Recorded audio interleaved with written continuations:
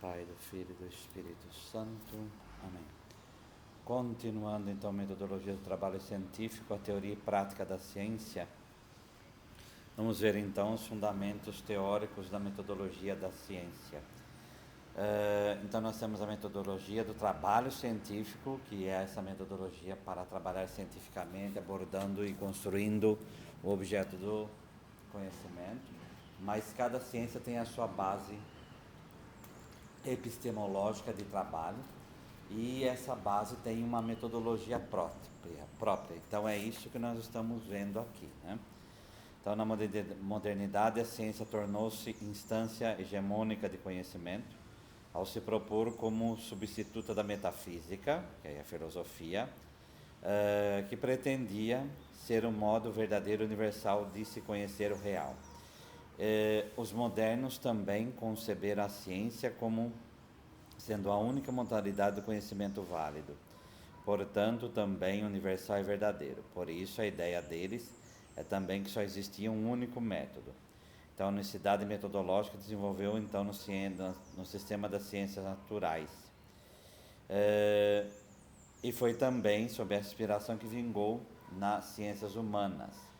O homem, como objeto, ele é um ser natural, como todos os demais, submisso às leis da regularidade.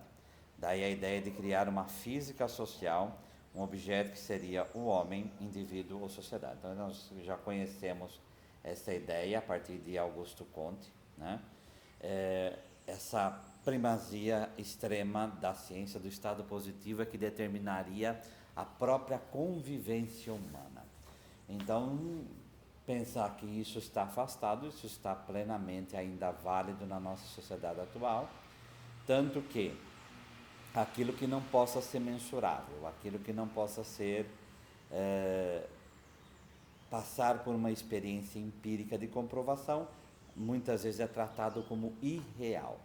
Por isso, o ateísmo, o agnosticismo, que prima pela ciência, coloca a religião e qualquer relacionamento com Deus do lado e à parte da própria convivência social, da própria existência humana.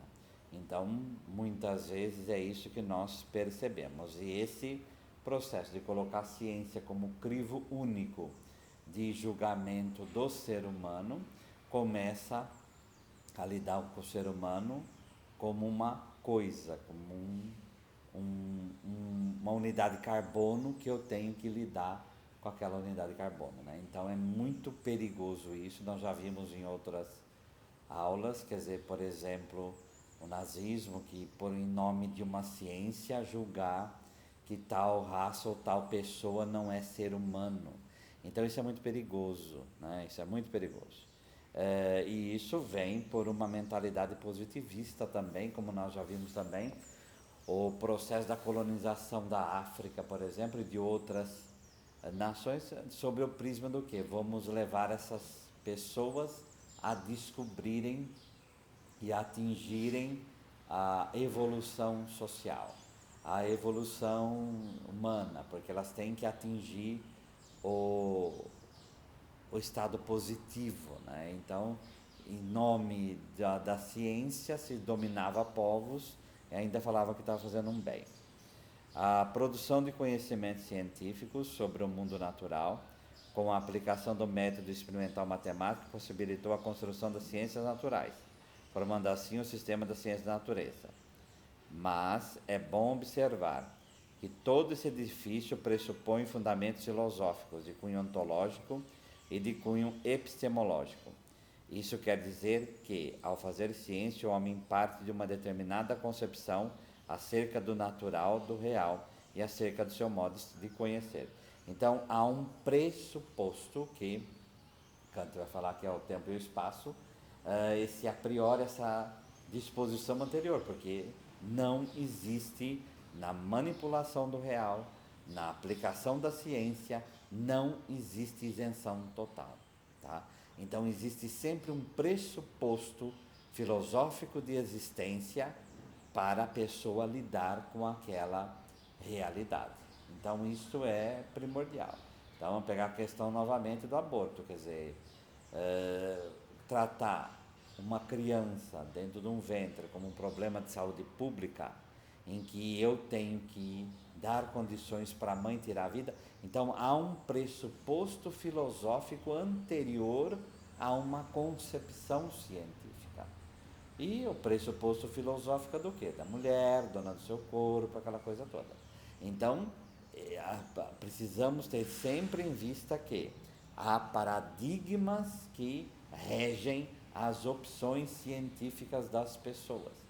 Então, essa visão da ciência como isenta, ou a ciência como rainha do mundo, como Augusto Comte queria ver, é tão nocivo, mas ainda existe no nosso meio. Precisamos tomar muito cuidado, porque às vezes em nome de uma pretensa evolução, uma pretensa autonomia, nós podemos entrar no mesmo sistema, né?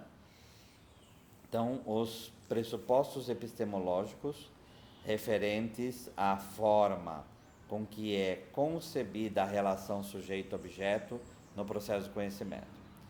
Cada modalidade de conhecimento pressupõe um tipo de relação entre o sujeito e o objeto. E, dependentemente dessa relação, temos conclusões diferentes. Então, por isso, o pesquisador, ao construir o seu conhecimento, que é o objetivo, melhor dizendo, da ciência, é o objetivo pelo qual trabalhamos cientificamente, está aplicando esse pressuposto epistemológico e, por coerência interna com ele, vai utilizar recursos metodológicos e técnicos pertinentes e compatíveis com o paradigma que catalisa esses pressupostos. Daí se falar de referencial teórico metodológico. Então, esse referencial, que é metametodológico, né, que vai além da própria metodologia e da própria teoria, é pressuposto, vamos colocar assim, é uma tomada de posição em que o cientista se estriba, né? No caso da pesquisa em ciências humanas, além desse paradigma originário, construíram-se paradigmas epistemológicos alternativos, onde se fala de um pluralismo paradigmático. No caso das ciências naturais, fica implícita a nossa capacidade de conhecer o mundo real mediante o entendimento prévio de nossa razão, que aborda o real graças ao equipamento de observação experimental. E que esse seu equipamento lógico, representado pela mensuração matemática. Então, no caso das ciências, o empírico e a aplicação da técnica vai enriquecer a teoria, como nós vimos, e isso vai ajudando o cientista a construir a ciência. A tradição filosófica apropriou-se da expressão positivo, usada por Comte, um dos responsáveis de sistematização da metodologia experiencial matemática, e designou o paradigma epistemológico com os pressupostos das ciências naturais como positivismo. Então, positivismo é uma expressão filosófica da filosofia moderna, que o próprio nome diz, em que o sujeito põe o conhecimento a respeito do mundo, mas o faz a partir da experiência em que se manifesta, em que tem da manifestação dos fenômenos. Esse põe, por isso que às vezes é positivo, a gente muitas vezes interpreta como algo bom, não é questão disto. O positivo aqui vem de posição, de colocar em pé, né?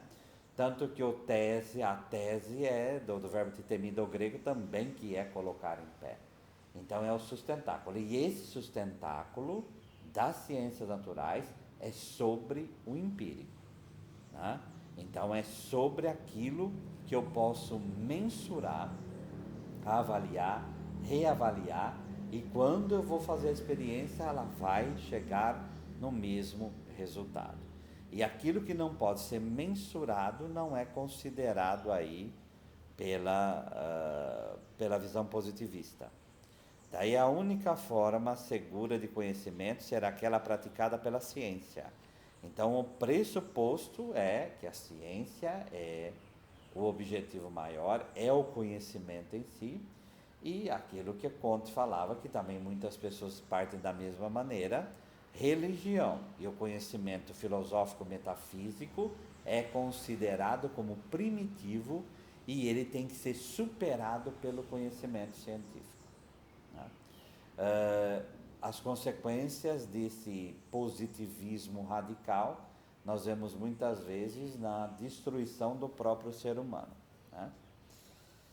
A ciência, no sentido estrito em que entendemos hoje, nasceu na modernidade, então, no século XVI, quando se fez uma crítica cerrada ao modo metafísico de pensar, que advém da Idade Antiga e Idade Média, e supostamente, ao conhecer. Esse modo metafísico de conhecer era fundado na crença de que nós podíamos, com as luzes da nossa razão, chegar à essência das coisas, dos entes e dos objetos. Então, qual que é a primazia dentro do estado positivo, dentro da ciência? A relação causal. Então, o meu objetivo no lidar com a realidade é buscar a causa das coisas. Enquanto no pensamento filosófico metafísico é a essência. Então, a perspectiva muda. Eu vou buscar essa causa através do experimento. O pensamento filosófico metafísico através do pensar com método, etc. Mas eu vou, através desse pensar, atingir aquilo que é a essência das coisas. Por isso que muitas vezes no pensamento científico, na relação causal, a primazia é do experimento que vai buscar a causa, e aí não se pensa muito no ser em si, tá? E aí advém toda a especialidade, né? Cabe ao conceito expressar mentalmente essa ideia e a palavra ou termo expressar simbolicamente o conteúdo conceitual. A partir do Renascimento, os modernos começaram a questionar essa capacidade, negando a possibilidade do nosso acesso à essência das coisas. Então, o que eu vou mensurar é a existência, aquilo que se manifesta a mim através do experimento, e não vou ficar buscando aquilo que é a essência das coisas. Isso não é mais perspectiva da ciência. A relação é causal, achando a causa, para mim está bom, né? Chegaram à conclusão que só podemos conhecer, de fato, os fenômenos, nunca as essências. O que quer dizer isso? Fenômeno, por isso o existencialismo, o fenômeno, aquilo que se manifesta a mim. Aquilo que não é manifestável, não é mensurável e, portanto, eu considero que nem exista. Então, toda a dimensão da religião nesse ponto é simplesmente relegado à esfera privada e é considerado como irrelevante para um estudo positivista nesse caso, tá? Ou seja, só podemos conhecer aquilo que é dado à experiência sensível, então, aquilo que é mensurável, que nos revela um conjunto de relações entre objetos, relações que podemos mensurar com os recursos da matemática, mas nunca chegar a eventuais essências. Então, aquilo que marca toda a filosofia antiga e a filosofia da Idade Média é simplesmente totalmente descartável. Então, é impossível falar em essência nesse ponto, mas sim eu vou trabalhar só com aquilo que é mensurável. Esse é o modo, como está dito aí, científico de conhecer, tá? A ciência, então, é simultaneamente saber teórico, explica o real, e um poder prático, maneja o real pela técnica, tá? Então, esse real, novamente, esse real, ele é aquilo que se manifesta. Tá? Aquilo que não se manifesta, eu posso considerar simplesmente como irreal. Um drama, por exemplo, dentro da ciência, é a relação entre mente e cérebro. Né? Então, até hoje, cientistas, como muitas outras coisas também, não têm uma explicação clara sobre a relação entre mente e cérebro. Então, fica ali, ainda não se tem ainda o conclusivo disso, e simplesmente se para aí e acabou. Tá? A ciência apreende seus objetos como fenômenos, ela se atém a esta fenomenalidade, busca estabelecer relações de causa e efeito entre os fenômenos. Então, essa é a missão da ciência. Tem como pressuposto que o universo é um sistema completo de regularidades e que, por isso, os fenômenos se comportam sempre da mesma maneira. Eles seguem leis, de tal modo que as mesmas causas produzem os mesmos efeitos. Então, se pela experiência eu vejo que essa causa produz esse efeito, aonde eu for fazer essa experiência, a mesma causa produzirá o mesmo efeito. Mas o sentido da causalidade para a ciência é apenas aquele que uma relação funcional entre fenômenos, de tal modo que um determinado estado do objeto é uma função constante de outro determinado estado. O que se estabelece é uma relação funcional quantitativa. Por exemplo, quando se constata que a cada grau de temperatura submetido a uma barra de metal corresponde a uma variação de tamanho, que aí a dilatação, etc.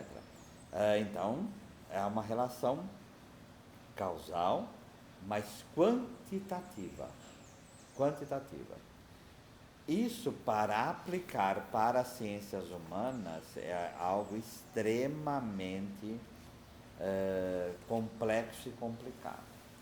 Então, nós já vimos na sociologia que pegar a física social e tentar enquadrar o homem dentro de uma perspectiva de física social não deu certo. Tá? No caso de ciências humanas, então, a ciência passou a encarar também o homem como objeto de seu conhecimento. O homem seria um ser natural, como os demais, naturalismo, submisso às leis da regularidade, do determinismo, acessível, portanto, aos procedimentos de observação experimental e mensuração, que aí é o experimentalismo e o racionalismo.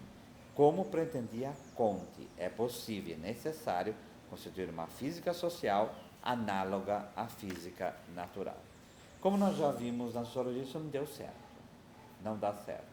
Pegar a estrutura de causa e efeito, do modo como quantitativamente a ciência natural faz, quando se aplica a ser humano, não dá certo isto, tá? Mas à medida que foram se desenvolvendo os estudos sobre os diferentes aspectos da fenomenalidade humana, os pesquisadores começaram a perceber que não prevalecia o paradigma epistemológico único representado pelo positivismo, causa e efeito, mensuração, empirismo, etc. No caso do estudo ou conhecimento do homem, outros paradigmas podem ser. Eu não colocaria nem podem ser, eu acho que falando devem ser utilizados, né? Então, rompe-se com o monotelismo do paradigma positivista.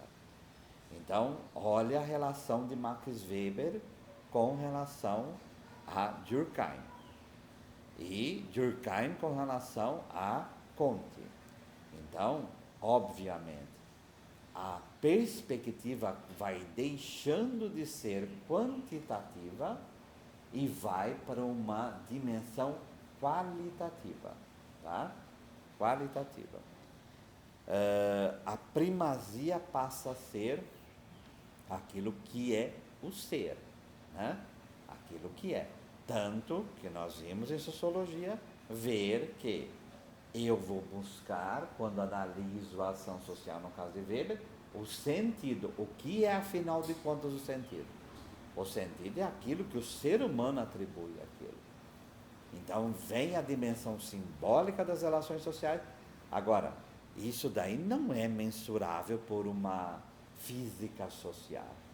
Isso é mensurável através de uma, de um, de uma metodologia que é constituída a partir da dimensão estritamente, no caso ali, sociológica. Né? Sociológica. E aí nós temos que ver como que é a relação sujeito-objeto. Né? Então, no caso das ciências naturais, a relação é objetivista total, né? Mas no caso aí, nós vimos também que a isenção científica, no caso das ciências naturais, não dá. Né? Por quê? Porque sempre o agente, ele vai interferir com a sua própria posição. Então vamos ver aí, as pesquisas em ciências humanas passaram a realizar sobre a referência teórico-metodológica do funcionalismo. Funcionalismo, então aqui vai dar vários exemplos de paradigma do trabalho da ciência, no caso das áreas humanas. O funcionalismo apoia-se no pressuposto da analogia que aproxima as relações existentes entre diversos órgãos de um organismo biológico, aquelas existentes entre formas de organização social e cultural. Para esse paradigma, a sociedade humana e cultural e a cultura são como um organismo, cujas partes funcionam para atender às necessidades do conjunto. Então, o papel da ciência humana é identificar objetivamente essas relações funcionais. Então, um exemplo claro aqui é Durkheim, né? Então, nós vamos ver isso também depois na filosofia, na sociologia da religião, em que se vê como um corpo, né? Então, a sociedade é um corpo que se espelha no símbolo, e o símbolo, e aí a religião, a própria sociedade, etc. Então, vê como uma estrutura integrada. Tá? Ainda tem conteúdos positivistas nessa perspectiva, só que aqui, ao privilegiar a relação humana, então já começa a sair dessa visão tão objetivista em que o positivismo muitas vezes caiu. Né? O estruturalismo de Claude Lévi-Strauss, né, assim, o grande pressuposto do estruturalismo é que todo sistema constitui um jogo de oposições de presença e ausência, formando uma estrutura, constituindo uma estrutura e gerando uma interdependência entre as partes, de tal forma que as alterações que ocorrem num elemento acarretam alteração em cada um dos outros elementos do sistema, atingindo todo o conjunto. Mas não seria quase igual ao funcionalismo? Não. Enquanto o funcionalismo ele vê como um corpo totalmente integrado e quase que fechado, o estruturalismo vê uma estrutura como se fosse de um prédio, uma estrutura básica, só que os elementos em torno dela podem sofrer alterações e mudanças. Então, há partes fixas, há partes móveis. Então, vê também que há uma dinâmica na relação social. Tá? No contemporâneo, então, há outras perspectivas, como a fenomenologia de Russell. Né? A fenomenologia parte do pressuposto de que o conhecimento factual, aquele das ciências fáticas ou positivas, funda-se num conhecimento originário, o das ciências eidéticas, eidos aí é aparência. Então, aquele de natureza intuitiva, viabilizando pela condição intencional de nossa consciência subjetiva. Graças à intencionalidade da consciência, podemos ter uma intuição eidética, apreendendo as coisas em sua condição original de fenômenos puros, tais como aparecem ou se revelam originalmente, suspensas todas as demais interveniências que ocorrem na relação sujeito-objeto. Então, eu vou ver aquilo que se manifesta, porém, vou partir do que é manifesto para chegar naquilo que é essencial no caso. Né? A hermenêutica vai propor que todo conhecimento é necessariamente interpretação. O sujeito faz a partir das expressões simbólicas das produções humanas e dos signos culturais. A investigação antropológica pressupõe que toda a realidade da existência humana se manifesta expressa por uma dimensão simbólica. Então, enquanto o funcionalismo é extremamente objetivo, se fixa no objeto, enquanto o estruturalismo também se fixa muito no objeto, aqui, a partir daqui, trabalhando na fenomenologia, mas principalmente na hermenêutica, Gadamer e companhia, começa a se fixar não somente no objeto, mas na pessoa que o interpreta. Então, eu vou ver o objeto, com certeza, mas também vou me fixar na pessoa que o interpreta. Tá? Então, eu vou ver ambas as relações, ambas as pontas da relação. E aqui a dimensão simbólica, né?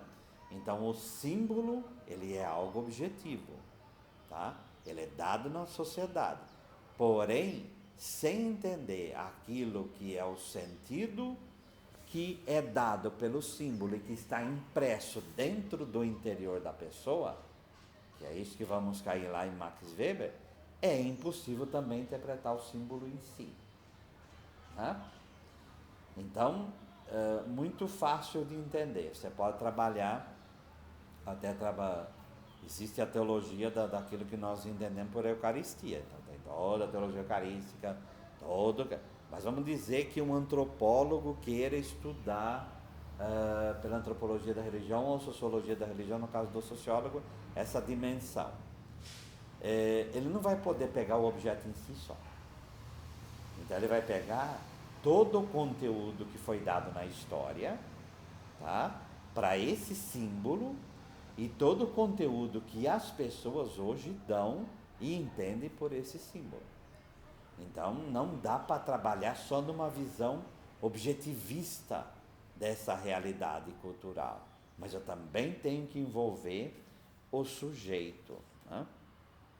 E aí, nessa perspectiva, eu começo então a ter uma visão mais acertada, porque se eu for trazer física social para estudar uma realidade religiosa, simplesmente eu não consigo.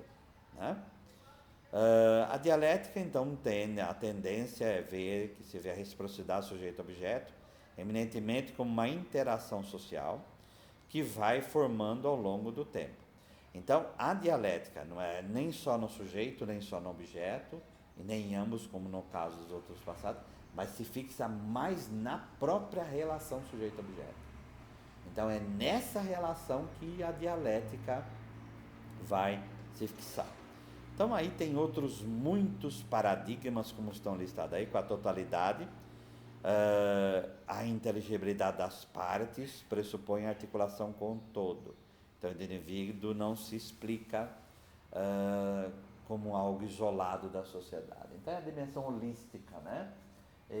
Ver o indivíduo, ele dentro de uma perspectiva totalizante da sociedade. Tá? Historicidade, então, também, enquanto a totalidade é sincrônica, a diacronia aí da historicidade. Então, cada coisa que nós temos hoje é consequência de um processo histórico. Complexidade, o real é simultaneamente unimúltiplo, né?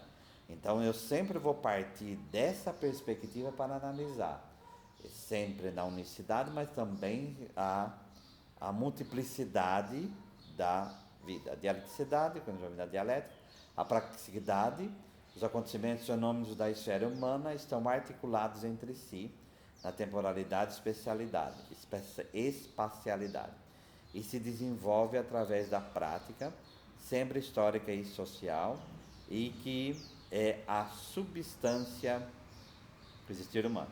Então, aquilo que é manifestado pela praxis, pela prática humana, é isso que eu posso analisar.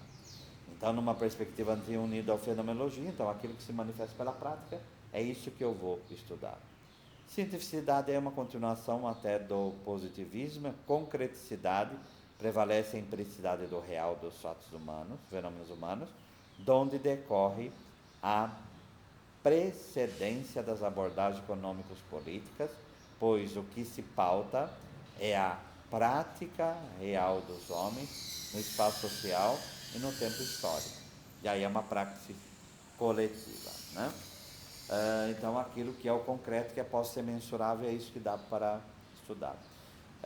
Só que tem algo que é bom acrescentar. Às vezes a pessoa ela não pega só um paradigma, ela pode aliar paradigmas para a análise das ciências humanas. Mas o importante é saber claramente qual é o paradigma, mas se esse paradigma tem que levar em perspectiva não só o qualitativo, mas muito mais o quantitativo, mas muito mais o qualitativo do fenômeno humano.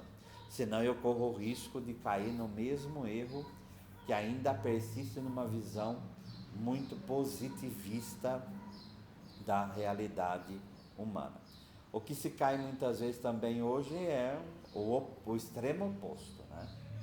Se valida tanto a dimensão do sujeito com relação ao objeto que começa a surgir paradigmas quase que individualistas, fechados em certas ideologias, e aí perde a característica de ciência também, né?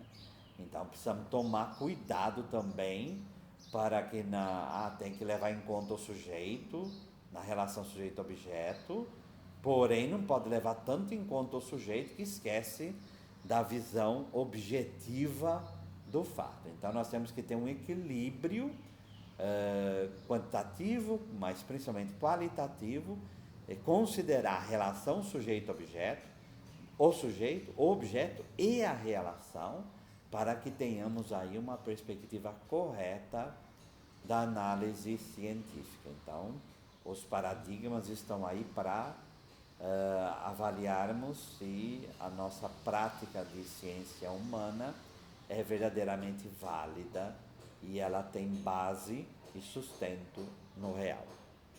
O Senhor nos abençoe, nos livre de todo mal e nos conduz à vida eterna. Amém.